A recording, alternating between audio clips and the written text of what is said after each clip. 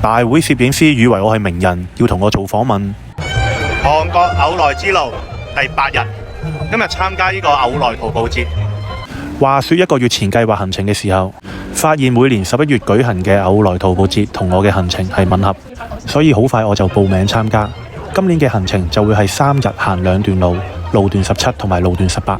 成個徒步節就係一個好大型嘅嘉年華，有唔同嘅特色攤位，例如導賞介紹、當地小食、傳統遊戲，仲有 live show 表演，非常熱鬧。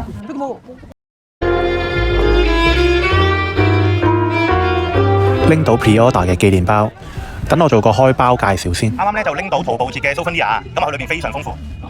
咁第一咧就有今次徒步節嘅一個絲巾啦，有非常多嘅嘢食嘢飲能量飲品啦，仲有啲護膚品嘅韓國嘅特色護膚品。咁啊有啲牙膏牙刷啊、面膜之類。咁佢最特別咧就係有我哋一陣間會行嘅路17段同18段嘅一個小小嘅襟章仔，咁啊非常特別嘅。最好笑錄到一半，有個大會攝影師走過嚟，佢以為我係一個名人 YouTuber， 所以想邀請我做一個訪問。都係講啲行嘢咯，讚下個徒步節搞得有幾好，好期待未來嘅行程，同埋會呼籲多啲人參加。不過確實，如果大家11月經開濟州，不妨抽空過嚟參與一下牛來徒步節。當中我最中意呢首好洗腦嘅奧尼之歌。